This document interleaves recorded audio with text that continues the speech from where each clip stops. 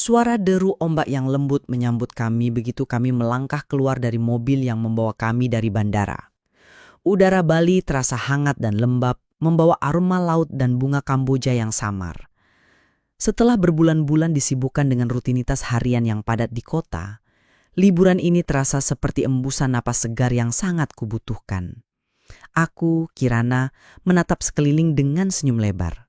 Di sampingku, Ardi, suamiku, tampak sama leganya. Tangannya menggenggam erat tanganku. Senyum tipis terukir di bibirnya. Di belakang kami, Bima, putra kami yang sudah beranjak dewasa, sibuk mengeluarkan tas dari bagasi. Sesekali bersiul pelan, menikmati suasana yang sama. Resort yang kami pilih adalah sebuah permata tersembunyi di tepi pantai, jauh dari keramaian. Villa kami memiliki kolam renang pribadi yang menghadap langsung ke laut lepas.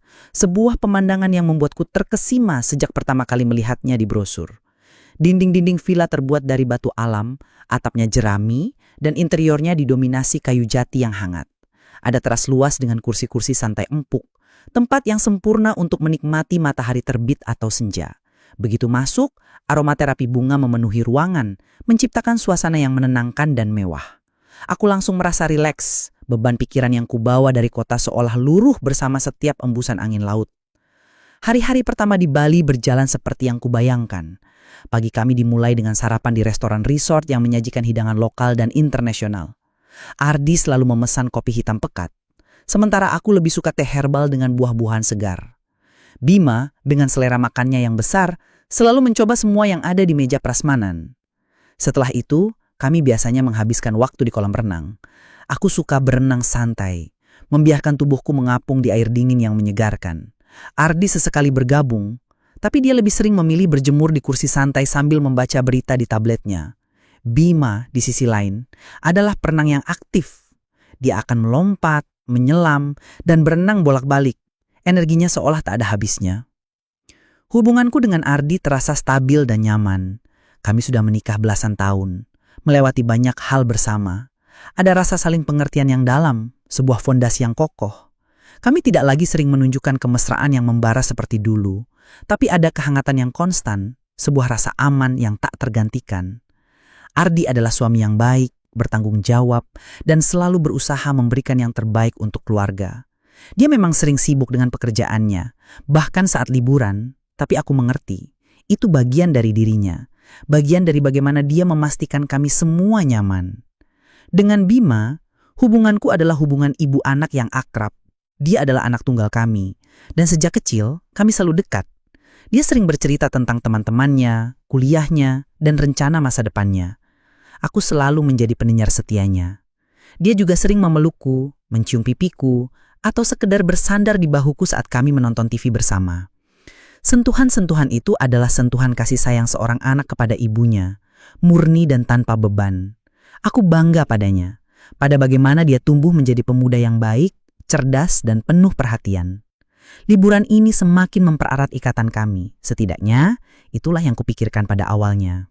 Kami sering berjalan-jalan di sekitar resort, menikmati taman-taman tropis yang terawat indah atau sekedar duduk di gazebo tepi pantai, membiarkan angin membelai wajah. Malam hari kami akan makan malam di restoran yang berbeda setiap malam, mencoba berbagai masakan Bali yang lezat. Suasana selalu penuh tawa dan cerita. Kami berbicara tentang rencana untuk hari esok, tentang kenangan liburan sebelumnya, atau sekedar mengamati orang-orang di sekitar kami. Semuanya terasa sempurna, seperti sebuah lukisan keluarga yang ideal. Aku merasa sangat bersyukur atas momen-momen ini, atas keluarga kecilku yang bahagia. Tidak ada sedikit pun bayangan bahwa kedamaian ini akan segera terusik, bahwa ada sesuatu yang tersembunyi di balik permukaan yang tenang.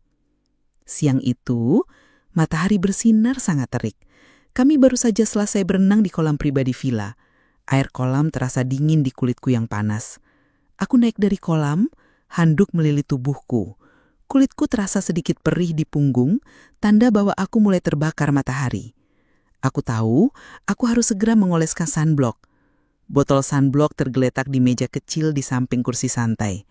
Ardi sedang duduk di teras, jauh di sudut, dengan ponsel menempel di telinganya. Dia tampak serius, mungkin sedang berbicara dengan klien penting atau rekan kerjanya. Aku tidak ingin mengganggunya. Aku melihat Bima. Dia sedang duduk di kursi santai yang lain, membaca buku tebal. Rambutnya masih basah, menempel di dahinya. Dia terlihat begitu tenang dan fokus pada bacaannya. Aku berpikir sejenak. Aku bisa saja mengoleskannya sendiri, tapi akan sulit untuk menjangkau seluruh punggungku. Dan lagi, Bima ada di sana, tidak melakukan apa-apa. Bima, panggilku pelan. Dia mengangkat kepalanya, menatapku dengan mata yang sedikit berkejap, seolah baru saja terbangun dari dunia lain. "Iya, Bu," jawabnya, suaranya sedikit serak. "Tolong usapkan sunblock ke punggung Ibu," kataku sambil tersenyum mengulurkan botol sunblock kepadanya. Dia mengangguk, meletakkan bukunya di meja dan mengambil botol itu. Aku berbalik, membelakanginya, dan mengangkat rambutku yang panjang agar tidak menghalangi. Aku bisa merasakan kehadirannya di belakangku, napasnya yang hangat di tengkukku. Sentuhan pertamanya di punggungku terasa dingin karena sunblock yang baru keluar dari botol. Jari-jarinya mulai bergerak, mengusapkan krim itu perlahan dan merata. Awalnya sentuhan itu terasa biasa saja, seperti sentuhan anak kepada ibunya, tanpa maksud lain, hanya membantu. Aku memejamkan mata sejenak menikmati sensasi dinginnya krim di kulitku yang hangat. Aku bisa merasakan setiap gerakan jarinya, meratakan sunblock dari bahuku hingga ke punggung bagian bawah. Dia melakukannya dengan teliti memastikan tidak ada bagian yang terlewat. Aku hanya diam, membiarkan dia menyelesaikan tugasnya. Tidak ada pikiran aneh yang melintas di benakku. Ini adalah hal yang normal, hal yang sering terjadi di antara anggota keluarga. Namun setelah beberapa saat, aku mulai merasakan sesuatu yang sedikit berbeda. Sentuhan tangannya di punggungku terasa sedikit lebih lama dari yang seharusnya. Jari-jarinya tidak langsung terangkat setelah selesai mengusap satu area. Ada jeda kecil, sebuah sentuhan yang sedikit berlama-lama sebelum berpindah ke area berikutnya. Aku merasa sedikit aneh, sedikit tidak nyaman, tapi aku mencoba mengabaikannya. Mungkin hanya perasaanku saja, pikirku. Mungkin dia hanya ingin memastikan sunblocknya benar-benar merata. Aku tidak ingin berpikir macam-macam. Ini Bima, anakku sendiri. Tidak mungkin ada hal lain di balik sentuhan itu. Aku mencoba meyakinkan diriku sendiri, menekan perasaan aneh yang mulai muncul di dasar perutku. Dia terus mengusap, dan sentuhan itu, entah somehow, mulai terasa sedikit lebih intens. Bukan dalam arti yang vulgar, tapi lebih pada sensasi yang tidak biasa. Jari-jarinya seolah menekan sedikit lebih dalam, gerakan melingkarnya terasa lebih disengaja. Aku bisa merasakan panas tubuhnya yang mendekat, meskipun dia tidak menyentuhku selain punggungku. Ada keheningan yang tiba-tiba terasa lebih berat dari biasanya. Aku tidak mendengar suara apapun selain suara ombak dan suara Ardi yang masih berbicara di telepon di kejauhan. Waktu seolah melambat. Aku hanya berdiri di sana, membelakangi Bima, merasakan sentuhan tangannya yang terus berlanjut di punggungku. Perasaan aneh itu semakin kuat, sebuah gejolak kecil yang mulai mengganggu ketenangan liburan kami. Aku tidak tahu apa yang sedang terjadi, tapi aku tahu ada sesuatu yang berubah. Setelah selesai dengan punggungku, Bima tidak melepaskan tangannya. Jari-jarinya masih menempel di kulitku, bergerak-gerak kecil seolah melatakan sisa-sisa krim yang sebenarnya sudah rata. Aku merasa canggung, sangat canggung. Keheningan di antara kami terasa tebal, lebih berat dari udara lembab Bali. Aku bisa merasakan detak jantungku sendiri berpacu lebih cepat. Ini bukan lagi sentuhan biasa. Ada sesuatu dalam sentuhannya yang membuatku menegang, sebuah getaran aneh yang menjalar dari punggungku. Aku ingin berbalik, menatap matanya, dan bertanya apa yang sedang dia lakukan. Tapi kakiku terasa terpaku di tempat. Aku tidak bisa bergerak. "Sudah belum?" tanyaku. Suaraku terdengar sedikit serak, mencoba memecahkan keheningan yang menyesakkan itu. Aku berharap dia akan menjawab ya, dan menarik tangannya. Aku berharap momen ini akan berakhir. Tapi Bima tidak menjawab. Tangannya perlahan turun dari punggungku, meluncur ke pinggangku. Jari-jarinya masih mengusap, seolah masih meratakan sunblock, tapi gerakannya terasa lebih lambat, lebih disengaja. Aku bisa merasakan kehangatan telapak tangannya di kulitku, tepat di atas handuk yang melilit pinggangku. Sensasi itu membuatku merinding, bukan karena dingin, tapi karena sesuatu yang lain. Ardi masih sibuk dengan teleponnya.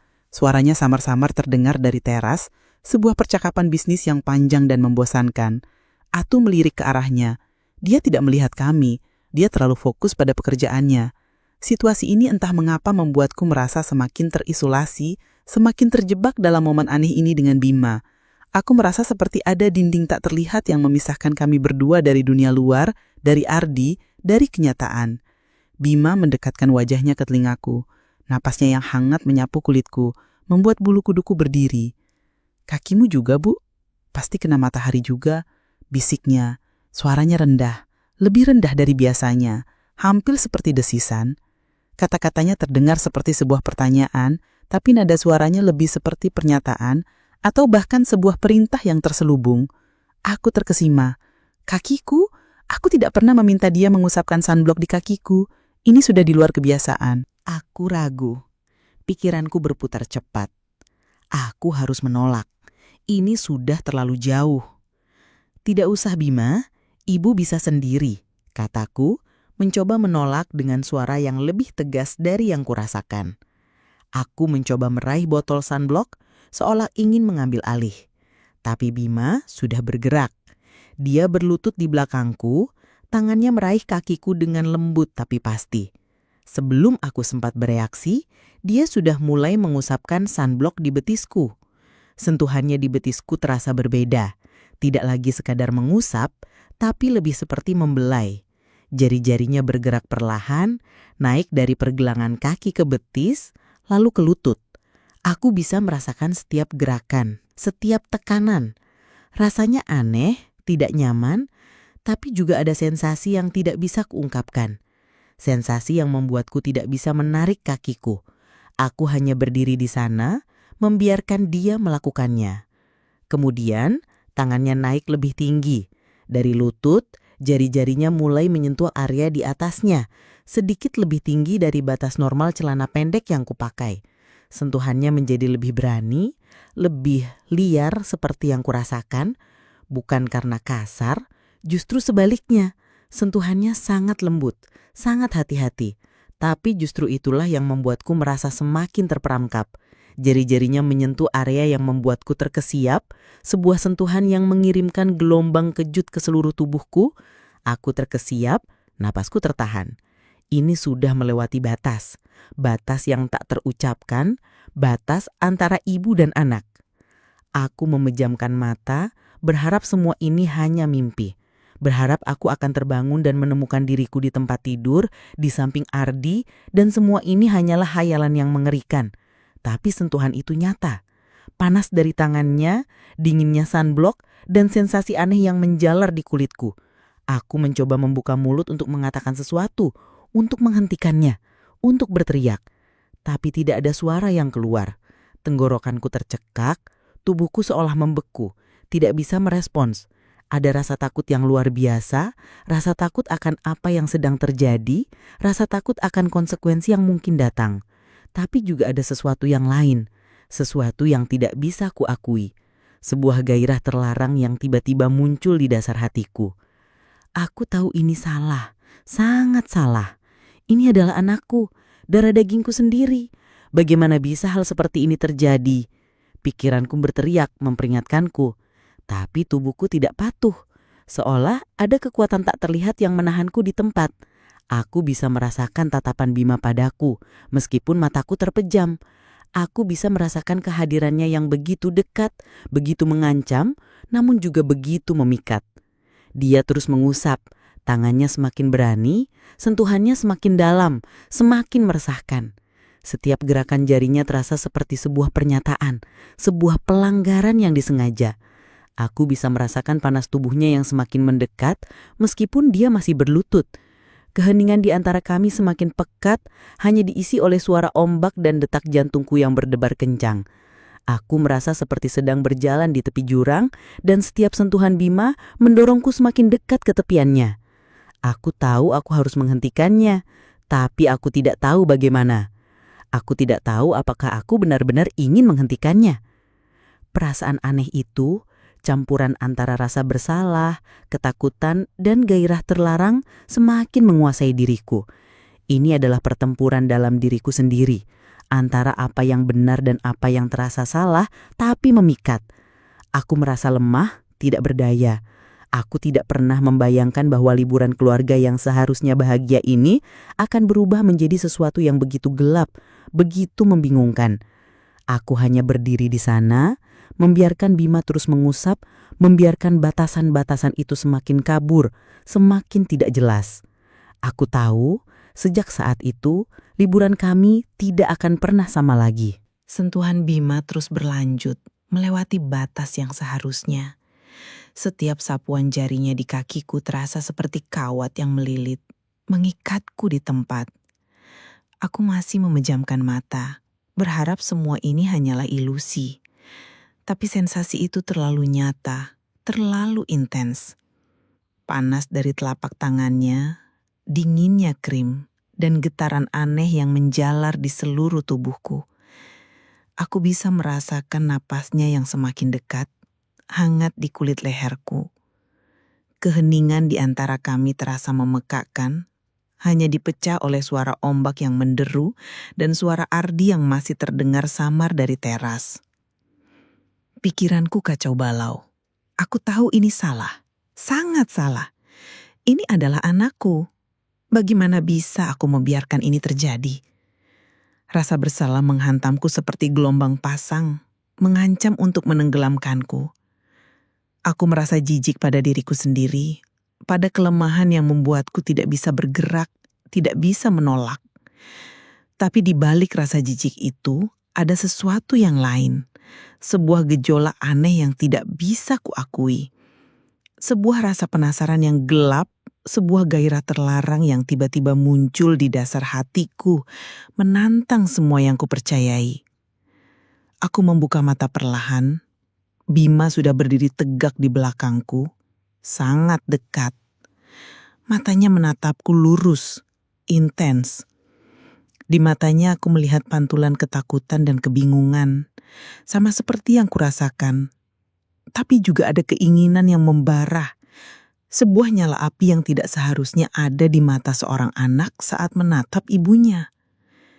Kami saling menatap, sebuah komunikasi tanpa kata yang lebih kuat dari ribuan kalimat. Kami berdua tahu apa yang sedang terjadi, apa yang telah dimulai. Dia tidak mengatakan apa-apa. Tangannya perlahan naik dari kakiku, menyusuri punggungku lagi, kali ini tanpa sunblock. Sentuhannya terasa seperti membakar kulitku.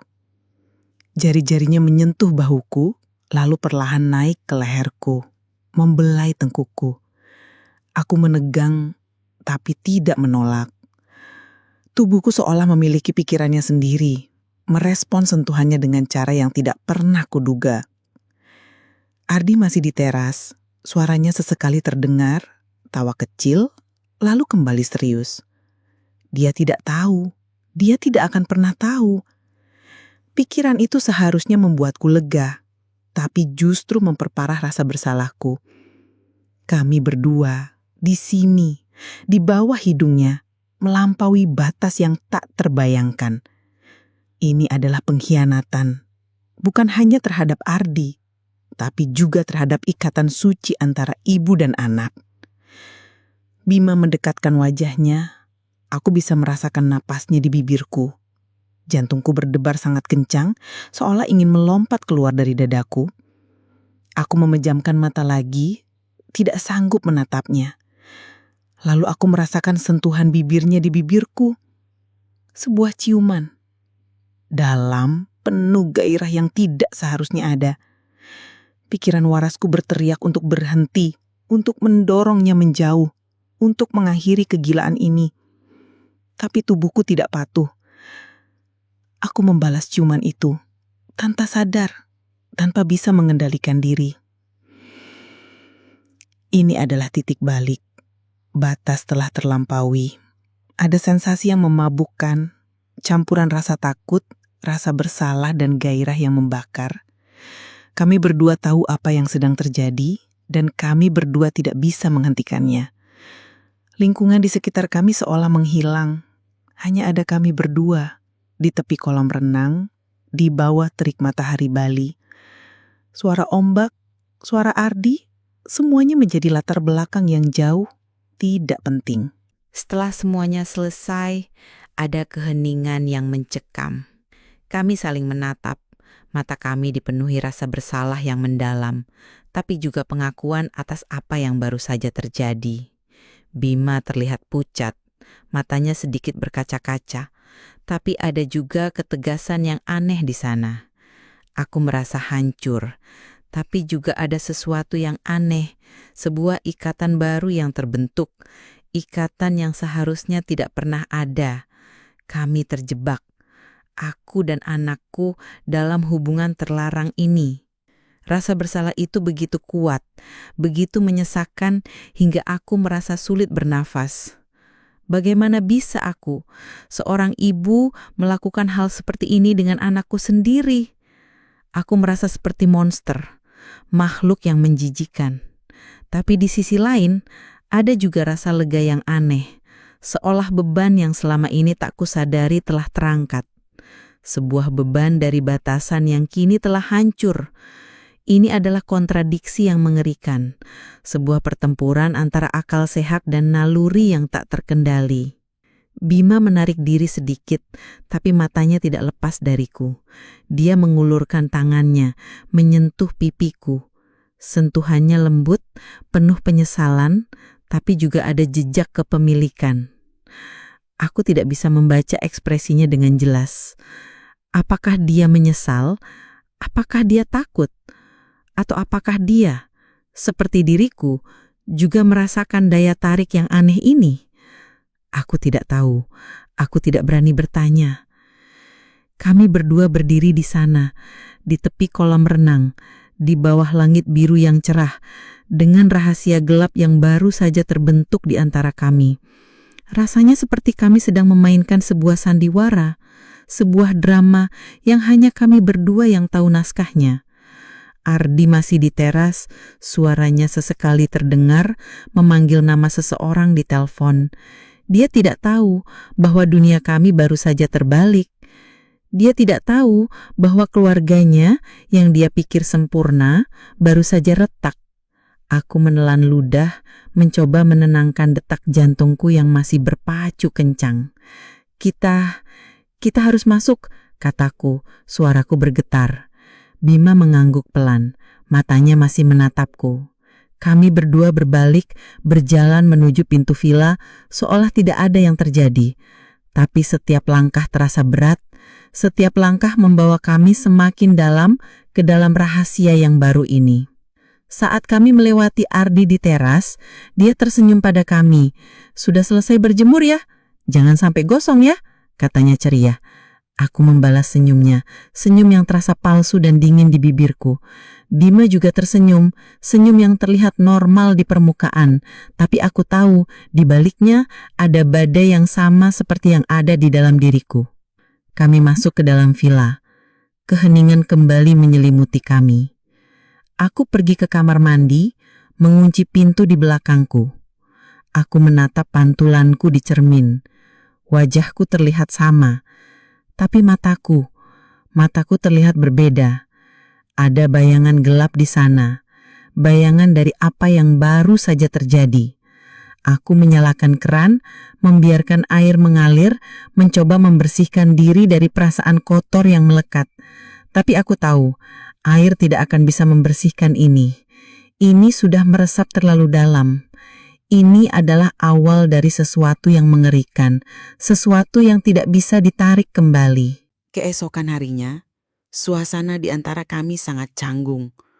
Udara yang sebelumnya terasa ringan dan penuh kebahagiaan, kini terasa berat, dipenuhi ketegangan yang tak terucapkan. Setiap pagi, saat kami sarapan bersama Ardi, aku dan Bima berusaha keras untuk bersikap normal. Kami berbicara tentang rencana hari itu, tentang tempat-tempat yang ingin kami kunjungi, atau sekadar mengomentari cuaca. Tapi setiap tatapan yang bertemu, setiap sentuhan tangan yang tak sengaja bersentuhan di meja, terasa seperti pengkhianatan. Ada pesan rahasia yang hanya kami berdua yang bisa memahaminya.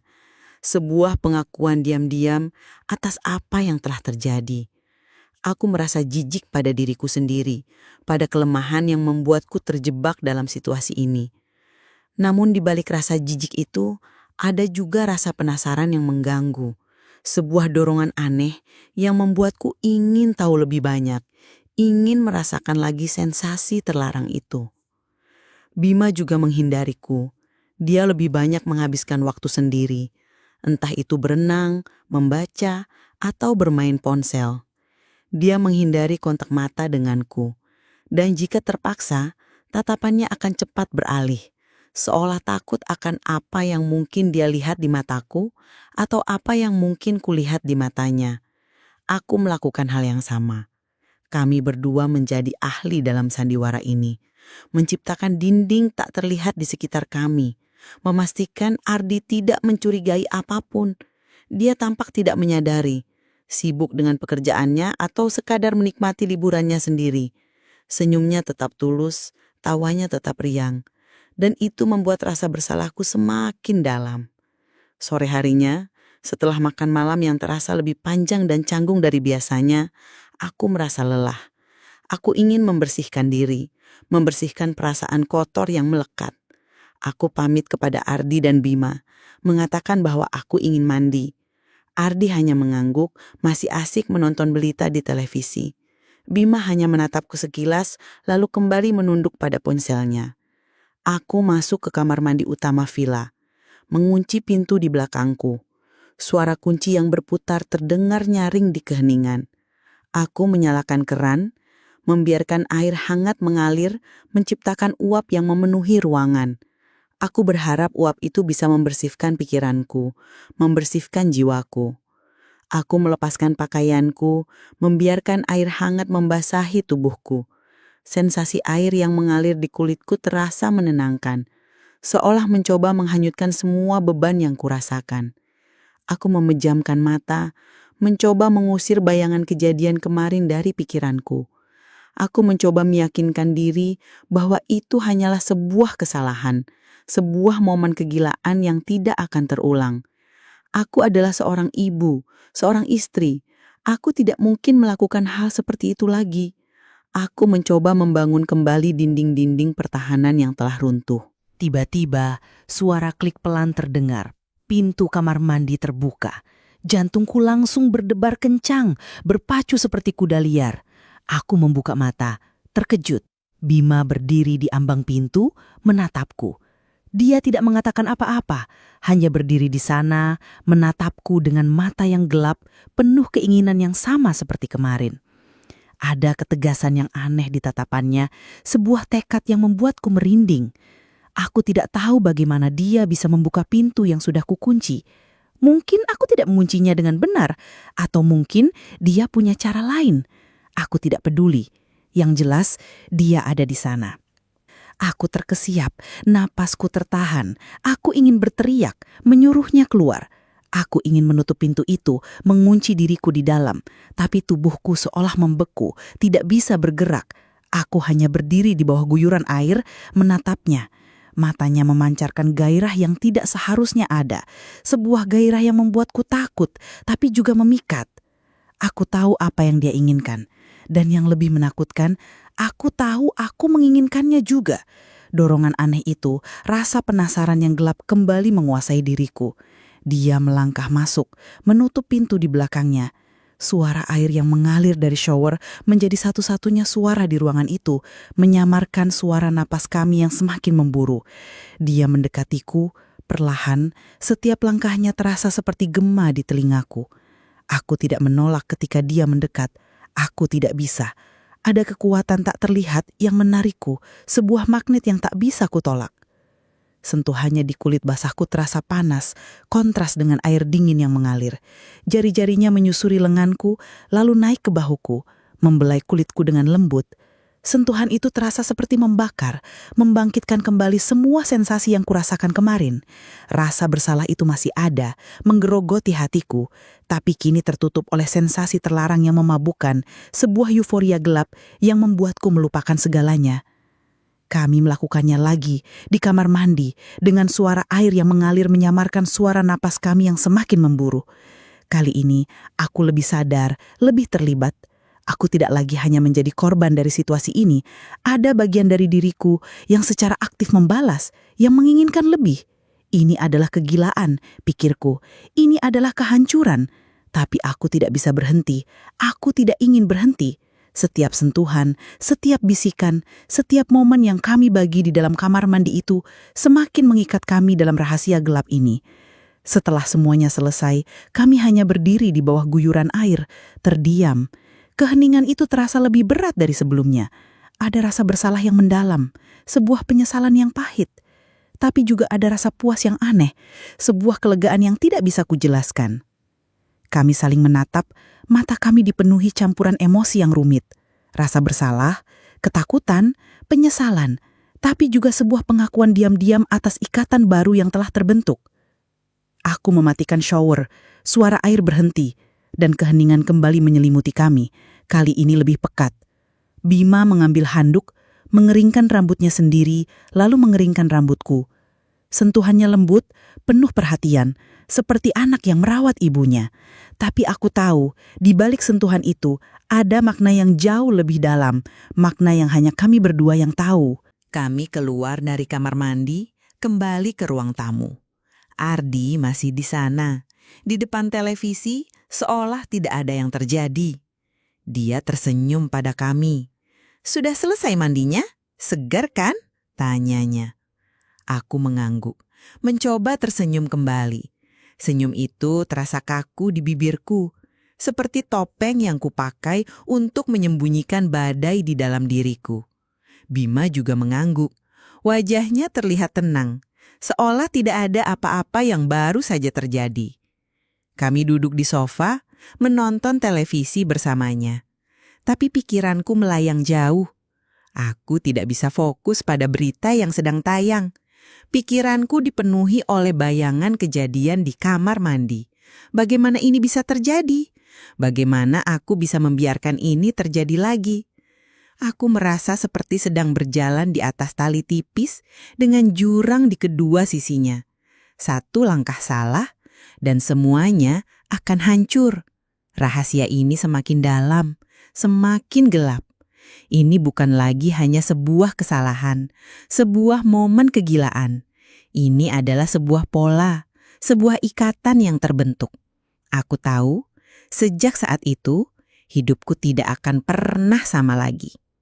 Liburan yang seharusnya bahagia ini telah berubah menjadi sebuah penjara rahasia di mana aku dan anakku terjebak dalam hubungan terlarang tanpa sekalipun ada yang tahu.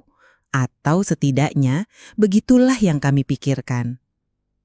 Sisa hari liburan terasa seperti mimpi buruk yang indah. Setiap pagi, aku terbangun dengan perasaan campur aduk. Lega karena rahasia kami masih aman. Tapi juga cemas akan apa yang akan terjadi selanjutnya. Udara Bali yang seharusnya membawa kedamaian, kini terasa menyesakan, dipenuhi oleh ketegangan yang tak terlihat. Aku dan Bima menjadi ahli dalam seni sandiwara. Di depan Ardi, kami adalah ibu dan anak yang normal, istri dan suami yang bahagia. Kami tertawa pada leluconnya, kami ikut mengomentari berita, kami berpose untuk foto keluarga dengan senyum lebar yang terasa palsu di bibir kami. Tapi di balik senyum itu, ada bayangan gelap yang terus menghantui kami. Sebuah rahasia yang mengikat kami dalam cara yang mengerikan. Setiap kali Ardi tidak ada, atau saat kami berdua saja, ada ketegangan yang tak terucapkan di antara aku dan Bima. Tatapan curi-curi menjadi hal biasa. Matanya akan mencari mataku, dan aku akan membalasnya dengan tatapan yang sama.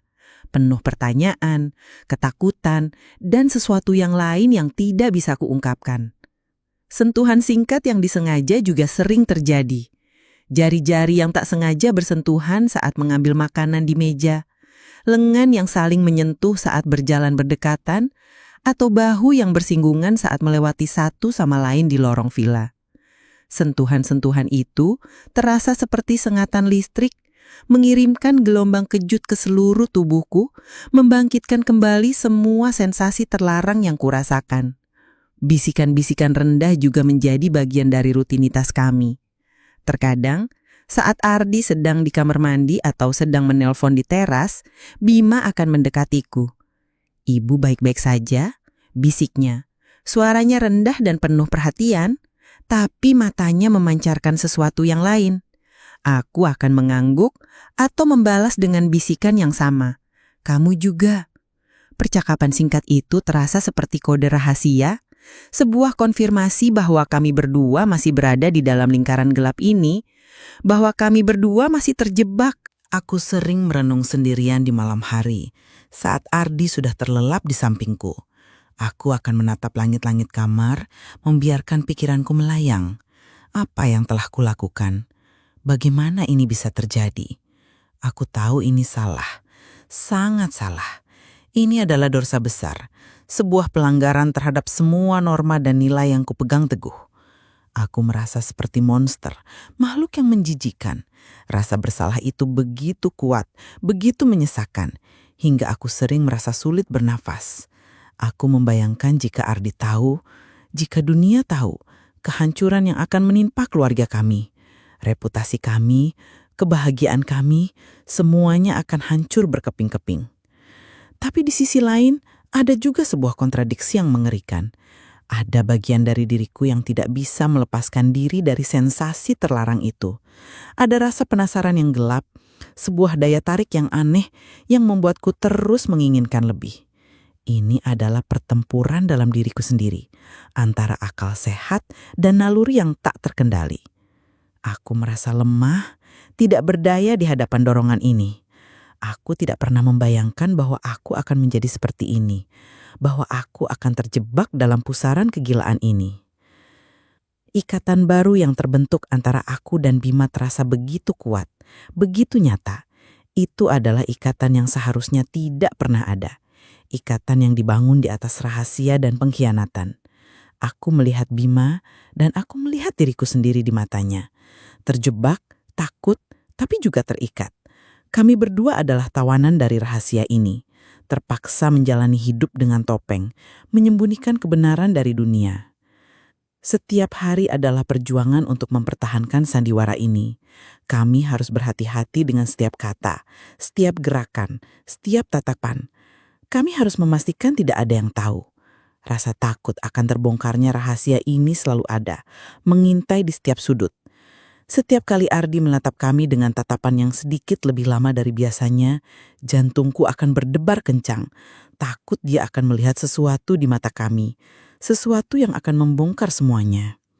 Kami mencoba mengisi hari-hari dengan aktivitas agar tidak terlalu banyak waktu luang untuk berpikir atau bertindak impulsif. Kami pergi ke pantai, mencoba olahraga air, mengunjungi pura, dan berbelanja souvenir. Setiap kali kami berada di tempat ramai, aku merasa sedikit lebih aman, seolah keramaian itu bisa menyamarkan rahasia kami. Tapi begitu kami kembali ke villa, ketegangan itu akan kembali, menguasai kami. Malam hari adalah yang terberat. Saat Ardi sudah terlelap, aku sering mendengar suara Bima bergerak di kamarnya. Aku tahu, dia juga tidak bisa tidur. Kami berdua terjaga, terpisah oleh dinding tipis, tapi terhubung oleh rahasia yang sama. Terkadang, aku ingin sekali pergi ke kamarnya, berbicara dengannya, bertanya mengapa ini terjadi, mengapa kami tidak bisa berhenti. Tapi aku tidak berani. Aku takut akan apa yang mungkin dia katakan, atau apa yang mungkin akan kami lakukan lagi. Aku merasa seperti sedang hidup dalam dua dunia yang berbeda. Satu dunia adalah dunia nyata, di mana aku adalah Kirana, istri Ardi, ibu Bima, menjalani hidup yang normal dan bahagia. Dunia yang lain adalah dunia rahasia, di mana aku adalah Kirana, yang terjebak dalam hubungan terlarang dengan anakku sendiri, penuh rasa bersalah dan gairah yang membakar. Kedua dunia ini terus berbenturan, menciptakan konflik batin yang tak berusai. Liburan ini yang seharusnya menjadi waktu untuk bersantai dan menikmati kebersamaan keluarga, kini telah berubah menjadi ujian yang mengerikan. Setiap hari adalah perjuangan untuk mempertahankan kewarasan, untuk tidak membiarkan rahasia ini menghancurkan kami sepenuhnya. Aku tahu ini tidak akan berakhir di sini. Ketika kami kembali ke rumah, rahasia ini akan ikut pulang bersama kami. Terus menghantui, terus mengikat. Dan aku tidak tahu bagaimana kami akan bisa hidup dengan beban ini tanpa ada seorang pun yang tahu. Atau setidaknya, begitulah yang kami pikirkan. Hari terakhir liburan tiba. Ada perasaan campur aduk yang membanjiri diriku. Lega bercampur cemas. Lega karena kami akan segera pulang, menjauh dari tempat yang menjadi saksi bisu kejatuhan kami. Villa mewah ini yang awalnya terasa seperti surga, kini terasa seperti sangkar emas yang menyimpan rahasia gelap kami. Setiap sudut, setiap bayangan seolah menyimpan kenangan dari sentuhan-sentuhan terlarang itu, dari bisikan-bisikan yang seharusnya tidak pernah ada. Aku ingin melarikan diri dari semua ini, dari ingatan yang terus menghantui. Namun di sisi lain, ada juga kecemasan yang mendalam. Aku tahu, ini tidak akan berakhir di sini. Hubungan terlarang ini sudah terlalu dalam, terlalu mengakar. Rasanya seperti sebuah tali yang melilit kami berdua, semakin erat setiap kali kami mencoba melepaskan diri. Aku tidak tahu bagaimana kami akan bisa kembali ke rutinitas normal di rumah, berpura-pura seolah tidak ada yang terjadi, sementara rahasia ini terus menggerogoti kami dari dalam. Pagi itu, suasana sarapan terasa lebih sunyi dari biasanya. Ardi tampak sedikit lebih sibuk dengan ponselnya, mungkin mengurus detail penerbangan atau pekerjaan yang menumpuk. Aku dan Bima sesekali bertukar pandangan, tatapan kami dipenuhi dengan pesan-pesan yang tak terucapkan. Rasa takut, penyesalan, dan sebuah pemahaman yang aneh. Kami berdua tahu bahwa momen ini, liburan ini akan menjadi titik balik dalam hidup kami. Setelah sarapan, kami mulai mengemas barang-barang. Koper-koper yang sebelumnya terasa ringan saat datang, kini terasa berat, seolah membawa beban rahasia kami. Ardi pergi ke lobi untuk mengurus administrasi check-out. Dia meninggalkan kami berdua di villa. Sebuah keheningan yang tiba-tiba terasa begitu pekat, begitu intim. Aku mencoba fokus pada melipat pakaian, tapi pikiranku terus melayang. Bima mendekatiku. Dia tidak mengatakan apa-apa, hanya berdiri di sampingku. Aku bisa merasakan kehadirannya yang begitu dekat, begitu familiar, namun kini juga begitu asing. Ada ketegangan yang tak terlihat di antara kami, sebuah medan magnet yang menarik kami berdua. Dia mengulurkan tangannya, menyentuh tanganku yang sedang memegang lipatan baju. Sentuhannya lembut, tapi aku bisa merasakan getaran yang menjalar di seluruh tubuhku. Dia mengusap punggung tanganku dengan ibu jarinya, sebuah gerakan kecil yang penuh makna. Aku menatapnya. Matanya gelap, memancarkan campuran emosi yang rumit. Rasa bersalah, ketakutan, tapi juga sebuah keinginan yang tak terpadamkan. Aku melihat pantulan diriku sendiri di matanya. Seorang wanita yang terjebak dalam pusaran yang seharusnya tidak pernah ada. Tidak ada kata-kata yang diucapkan. Kami tidak perlu kata-kata. Kami berdua tahu. Kami berdua tahu bahwa ini bukan perpisahan. Ini adalah awal dari sesuatu yang lebih gelap, lebih rumit. Sebuah perjalanan yang tidak kami tahu kemana akan membawa kami. Tiba-tiba, suara pintu villa terbuka. Ardi masuk. Kami berdua segera melepaskan tangan, berpura-pura sibuk dengan koper masing-masing. Jantungku berdebar kencang, takut Ardi akan melihat sesuatu, mencurigai sesuatu. Tapi dia tidak. Dia tersenyum pada kami, senyum tulus yang membuat rasa bersalahku semakin dalam. "Sudah siap? Ayo kita pulang," katanya. Suaranya ceria, tidak menyadari badai yang baru saja terjadi di villa ini. Aku mengangguk mencoba tersenyum kembali. Senyum itu terasa kaku di bibirku, seperti topeng yang kupakai untuk menyembunyikan badai di dalam diriku. Bima juga tersenyum, senyum yang terlihat normal di permukaan, tapi aku tahu, di baliknya ada badai yang sama seperti yang ada di dalam diriku. Kami mengangkat koper-koper kami, berjalan keluar dari villa. Setiap langkah terasa berat, setiap langkah membawa kami semakin dalam ke dalam rahasia yang baru ini. Saat kami berjalan melewati lobi, aku melirik ke belakang. Villa itu tampak tenang dan indah dari luar, seolah tidak ada apapun yang terjadi di dalamnya. Tapi aku tahu, di balik dinding-dinding itu ada cerita yang tersembunyi. Sebuah rahasia yang akan terus menghantui kami. Aku merasakan tatapan Bima di punggungku. Aku tidak perlu menoleh untuk tahu bahwa dia juga merasakan hal yang sama. Bahwa dia juga terjebak dalam lingkaran ini bersamaku. Kami naik ke mobil yang akan membawa kami ke bandara. Perjalanan terasa sunyi. Ardi sesekali berbicara tentang pekerjaan atau rencana setelah liburan. Tapi aku hanya mengangguk, pikiranku melayang jauh. Aku memandang keluar jendela melihat pemandangan Bali yang indah berlalu. Pulau ini yang seharusnya menjadi tempat kenangan indah, kini telah menjadi saksi bisu kejatuhan kami. Tempat di mana batas-batas terlampaui dan rahasia gelap terbentuk. Di bandara, saat kami menunggu penerbangan, aku melihat Bima. Dia duduk di kursi di seberangku, sibuk dengan ponselnya. Dia terlihat seperti pemuda normal lainnya. Tidak ada yang akan menduga rahasia yang dia simpan. Aku merasa aneh melihatnya begitu dekat, namun juga begitu jauh. Kami adalah ibu dan anak, tapi juga sesuatu yang lain, sesuatu yang terlarang, sesuatu yang tidak bisa diucapkan. Pesawat kami lepas landas, meninggalkan Bali di bawah sana. Aku menatap awan dari jendela, membiarkan pikiranku melayang. Aku tahu ini belum berakhir. Ini baru permulaan dari rahasia yang akan terus kami bawa. Rahasia yang akan terus menghantui kami, mengikat kami dalam cara yang tidak sehat. Kami akan kembali ke kehidupan normal kami, ke rumah kami, ke rutinitas kami. Tapi di balik semua itu, rahasia ini akan tetap ada, tersembunyi dari pandangan dunia, tanpa ada seorang pun yang tahu. Atau setidaknya, begitulah yang kami pikirkan. Bagaimana jika suatu hari rahasia ini terbongkar? Bagaimana jika ada yang tahu?